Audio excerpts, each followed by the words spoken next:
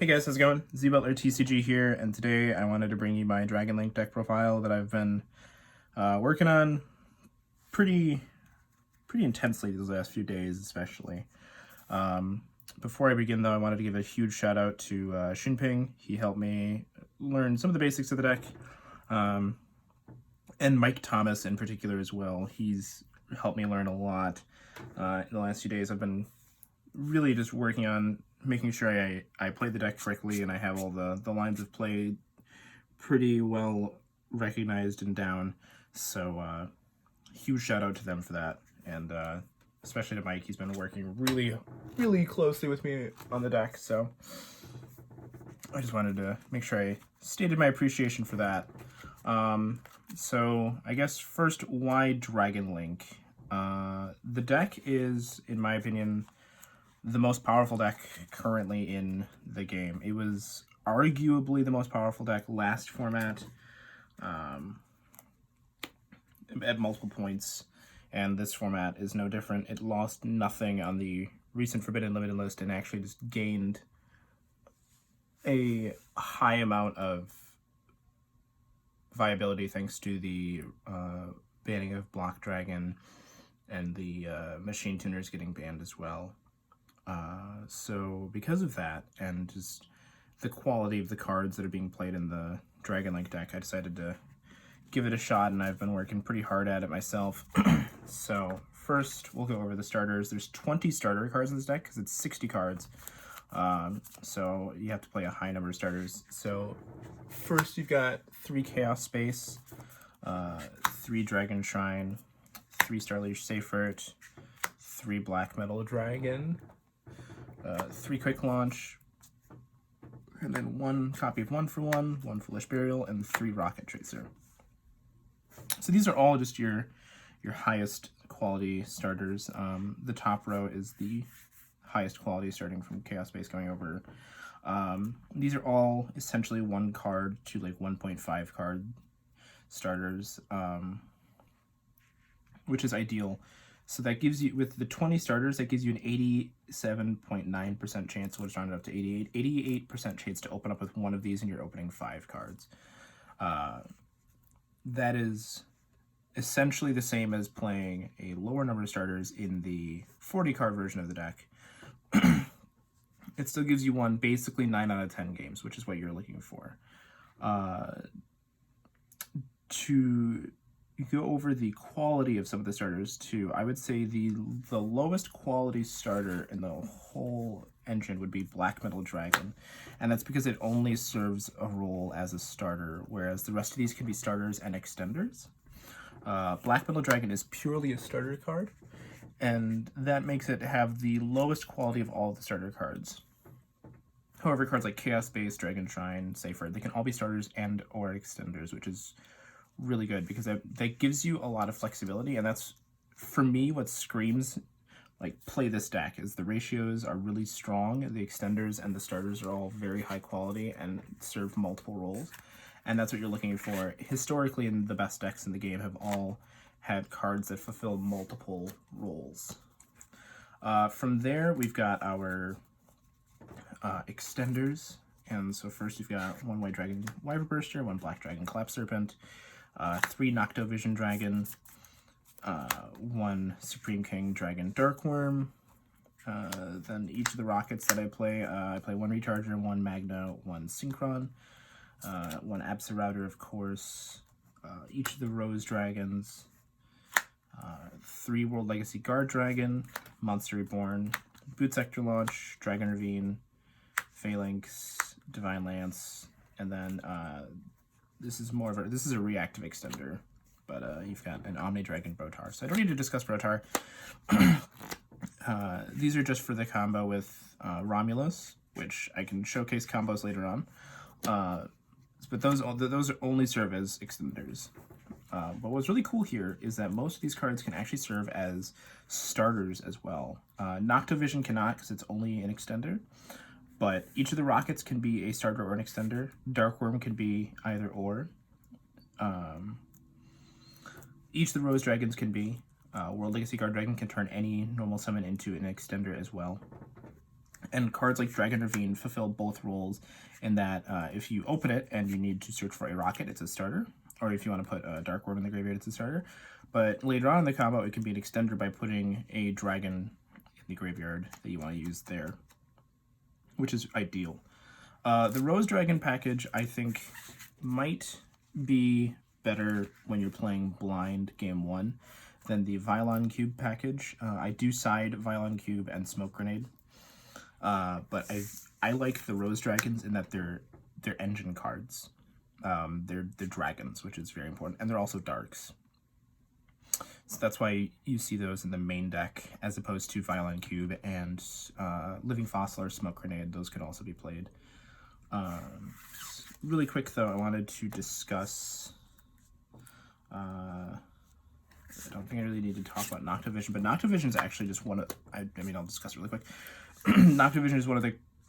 I'm genuinely just floored by the quality of this card. What it does, for those who don't know, is if you summon a dark, or if you summon like a Dragon Link, you can special summon this from your hand on the summon, and then if it's sent to the graveyard as a Link summon material, you draw a card. So if you draw this and any starter, you can just summon Striker Dragon, and then summon Noctovision and chain to Striker Dragon, activating. And so then you get to draw a card, and you'll search for your Boot Sector launch, and then you send for Romulus, and you get to draw a card and search off the Romulus. So it just allows you to ensure that they have to have Imperm or Veiler, as opposed to Gamma or Ash Blossom, which is really, really strong. It's also a level 7, so it can be brought back with Rocket Synchron and just go into a level 8 Synchro, which is pretty cool. The Dark Worm engine is just there just to be used off of Dragon Shrine and Dragon Ravine if you don't open, or if you open up one of those and you don't want to use your normal summon. But the very small rocket package is actually really interesting. So these two are fairly typical, I think, these three. But the one I wanted to talk about is Magna Rocket Dragon in particular. Magna Rocket Dragon is an extender in that it, can be searched off of any of your quick launches or your Rocket Tracer. It's a level 8, which is great, but it's also its effect in particular is very powerful. If you target it with a Link monster effect, you can send it to the graveyard and then send one monster on the field to the graveyard, and it doesn't target. This is really important because this is actually out to Red Eyes Dark Dragoon, and it's also an in-engine card, so it serves multiple roles. It's a defensive card in that it can, send cards and stop their setup. It's an extender. It's also a starter, and that's ideal. So it serves 3 roles in one. For bombs, there's Levianeer and Red Eyes Darkness Metal Dragon. Red Eyes Darkness Metal Dragon is less of a bomb than it was previously, but it still facilitates that role. And then Levianeer is also, actually both of these have their impact in the deck has been diminished by the evolution of the deck over time, but they still both serve roles as bombs, which is great. From there, you've got one Floodgate defensive card in Buster Dragon Destruction Sword. This is like the deck for it. And then we have 15 hand traps. So you've got 3 Gamma, 3 Nibiru, 3 Infinite Impermanence, 3 Ghost Ogre, and 3 Ash Blossom. So a lot of hand traps. And that's important actually. So with 15 hand traps, you have a 77.6% chance to open up with 1, and a 36.7% chance to open up with 2. So roughly 1 in 3 games you'll open up with 2 hand traps, and you'll see one, roughly 7.5 out of 10 games. And you'll notice that these are all high impact hand traps, and then there's Ash Blossom, which is like the most mediocre of them all. But these all are, I would say, at least A tier hand traps. These are the 2 best hand traps. And then Ogre is played over cards like Veiler, because Ogre, being able to get rid of the card is more important than necessarily negating it. And so that's why Ogre sees playtime right now. And there's also just more Numeron variants and things like that being played in the early stages of the format. So Ogre has a lot of validity there. And the final card in the main deck, of course, is your engine requirement in Psyframe Driver. So that was the main deck. It is 60 cards, which sounds like a lot. And I know a lot of players, like, historically have been afraid of playing 60-card decks because of consistency issues. However, the deck is built to be consistent despite that. Because by playing 60 cards, you actually just get to play so many additional copies of starters that are high quality, extenders that are high quality, and you get to play more defensive cards that it just doesn't matter that you're playing 60 cards, which is pretty great. For the extra deck, Borreload Savage Dragon, of course, Martial Metal Marcher, and the Herald of the Arclight. These are played in the main combo. And then 2 Striker Dragons, Pisty and LP, Link Cross, Halifibrax, Union Carrier, Romulus, Heavenly Spheres, Protector Whelp, Appaloosa, and Boral Sword. So the 15th card in the extra deck is actually Appaloosa, and it's the least necessary. I had considered playing Drake Berserker the Tenyi over this, as well as a 3rd Striker Dragon, or even a Triple Burst Dragon. So those are all viable options. That is the card that actually comes up. I don't think I've actually summoned it at all in any of the tournaments I've done so far. So it comes up very, very, very infrequently. And then really quick, I'll just show the side deck that I've been playing. Obviously, not having cards like Lightning Storm and stuff, the side deck is not optimized at all, but yeah. So I play Imperial Order, Red Reboots, Pankratops. These are just all power 1-ofs, so I feel like they need to be played. Harpy's Feather Duster, same reason. Then I played 2 Twin Twisters. So these basically serve the same role as Lightning Storm, in that you're not going to use Lightning Storm to clear monsters most of the time. You're going to clear back row. And so that's what all these do. And so that's why these are perfectly acceptable to play if you don't have Lightning Storms.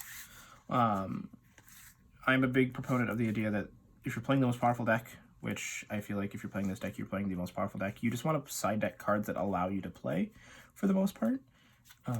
And so that's what these are the cards that primarily get sided in.